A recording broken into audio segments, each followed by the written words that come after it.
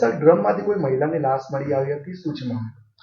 ગઈ તારીખ 2/7/24ના રોજ ભેસ્તાન પોલીસ સ્ટેશનમાં ભાણોદરા ગામની સીમમાંથી એક ડેડ બોડી મળી આવેલી જે મહિલાની હતી. તે બાબતે અમે ભેસ્તાન પોલીસ સ્ટેશનમાં નવી BNSS કલમ 103(1) અને 238 મુજબનો ગુનો દાખલ કર્યો હતો. આના પછી અમારી ભેસ્તાનની ટોટલ 4 ટીમો અને ક્રાઇમની 7 ટીમો આની પાછળ લાગી હતી અને તેમણે સાથે મળીને આ ગુનો ડિટેક્ટ કરેલો છે.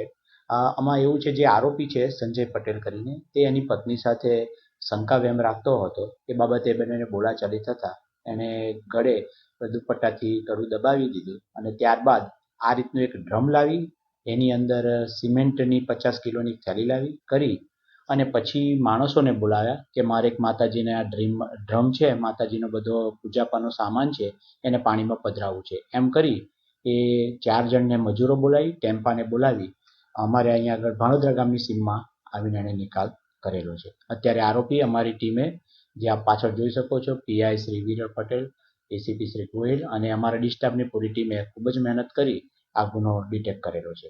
આ આરોપીને સાહેબ વિચાર કઈ રીતના આવ્યો આવી ઘટના કરવાનો?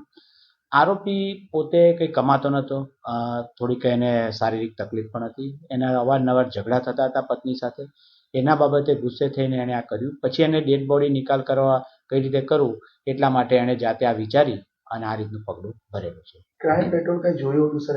ના, એવી કોઈ નથી ક્રાઇમ પેટ્રોલ જોયું હોય, પરંતુ એને નિકાલ કઈ રીતે કરવો એટલે એને ઘરે પાણીની તકલીફ હતી એટલે પીપળું લાવ્યો હતો 1 દિવસ પહેલા, એવું હાલ પ્રાથમિક પૂછપરછમાં જાણવા મળ્યું છે. એટલે એમાં નાખી સિમેન્ટ નાખીને આ રીતે નિકાલ કર્યો. આ લોકો રહેવાનું કઈ જગ્યાએ? આ લોકો સચિનના પાલી ગામ છે ત્યાં આગળ રહેવાનું છે. સાહેબ, ખાસ કરીને પોલીસને કેટલો ચુનૌતીઓનો સામનો કરવો પડ્યો, અજાણી મહિલા હતી. આપ સમજી શકો છો કે 2 તારીખ 5-6 દિવસથી સતત અને પોલીસે 24/7 આની પાછળ લાગી.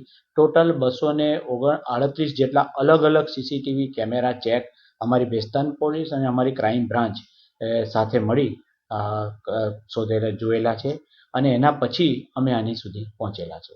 મહિલાની ઓળખ નહીં થાય એવું હતું સાહેબ, તો પોલીસ માટે કયો વળાંક રહ્યો હશે ખાસ કરીને? સૌથી બેસ્ટ વસ્તુ કહેવાય તો જે ડ્રમ હતું, ડ્રમની ઉપર જે એક બેચ નંબર હોય, અમારા PI શ્રી પહેલા જ દિવસે એની પર ધ્યાન કેન્દ્રિત કરી કે આ ક્યાં ગયું છે, જે બેચ નંબર પરથી, એના પરથી આખો ગુનો ડિટેક્ટ થયો છે. મહિલાની ઓળખ ત્યાર પછી જ સ્થાપિત થઈ છે.